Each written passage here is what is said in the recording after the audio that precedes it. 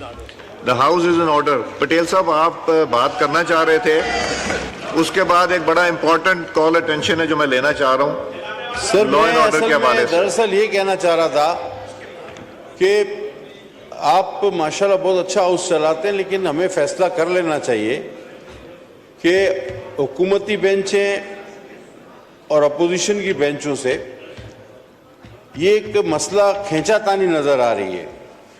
ایک صاحب کہتے ہیں میں اپوزیشن لیڈر ہوں, اوکے جی ایک پوائنٹ آف آرڈر آپ کا. دوسرے صاحب کہتے ہیں میں پارٹی کا چیئرمین ہوں, چلیں جی ایک پوائنٹ آرڈر آپ کا. تیسرا کہتے ہیں جی میں ایکس اسپیکر ہوں, وہ بڑا ملک چنگا ملک ہوں, ایک پوائنٹ. لیکن اگر میں تھوڑا سا سر ماضی میں آپ کو لے جاؤں تو یہی جماعت جب اس چیئر پر تشریف فرما تھی تو وہ ایک پوائنٹ آف آرڈر جو ہے وہ اپنا لیتے تھے حکومتی بینچ کا, پھر سارا ایک ایک پوائنٹ آف آرڈر ساری پارٹیوں میں چاہے ان کا ایک ہی ممبر کیوں نہ ہو ان میں تقسیم کیا جاتا تھا, اور یہی تناسب تقاریر کے حوالے سے بھی تھا. اور اس کے ساتھ ساتھ میں یہ کہہ سکوں سر, بات یہ ہے کہ ہماری جو شائستگی یا روایت پسندی ہے اس پارلیمان کی, اس کو اگر کمزوری کے طور پر لیا جائے گا تو میں علل اعلان کہتا ہوں, پہلے بھی ثابت کیا ہے, صرف بات نہیں کر رہا, پہلے بھی ثابت کیا ہے کہ یہاں کوئی مائی کا لال بات نہیں کر سکے گا. لہذا اگر اس پارلیمان کو چلانا ہے, ایک تو بات طے ہے, وہ پاکستان کی عوام بھی جانتی ہے کہ نہ حکومت بنانی ہے نہ بننے دینی ہے. نعوذ باللہ ان کا مقصد اگر اس ملک کو نقصان پہنچانا ہے تو باقی جماعتیں یہ بالکل نہیں ہونے دیں گی.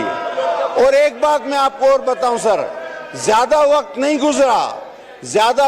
گزرا, مجھے آج بھی یاد ہے کہ اس ہاؤس سے 52 بل ایک دن میں بلڈوز, اقلیت نے بلڈوز کیا. اور ایک مزیدار واقعہ, شبلی فراز انفارمیشن منسٹر تھے, وہ ابھی اپنا بل پڑھے ہی نہیں تھے تو وہ ڈپٹی اسپیکر وہاں بیٹھا تھا, اس نے کہا پڑھا ہوا سمجھا جائے, پاس کیا ہوا سمجھا جائے. وہ منسٹر کہہ رہا تھا بھائی مجھے پڑھنے دو, تو بولا نہیں پڑھا ہوا سمجھا جائے, پاس کیا ہوا سمجھا جائے. آج یہ قانون کی کتابیں لہرا رہے ہیں اور آرٹیکل پڑھا رہے ہیں آپ کو. میری آخری درخواست سر, میری آخری درخواست آپ سے ہے کہ کل چلے احتجاج حق ہے آپ کا, آپ نعرے لگائیں, آپ کا حق ہے, لیکن یہ جھوکروں والی سڑکوں پہ بگل بانجے, یہ اپنا پروفیشن یہاں مت پہ آؤ یار.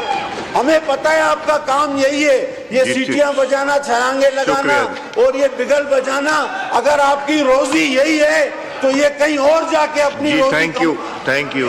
نواب زادہ میر جمال خان ریحسانی صاحب, کال اٹینشن.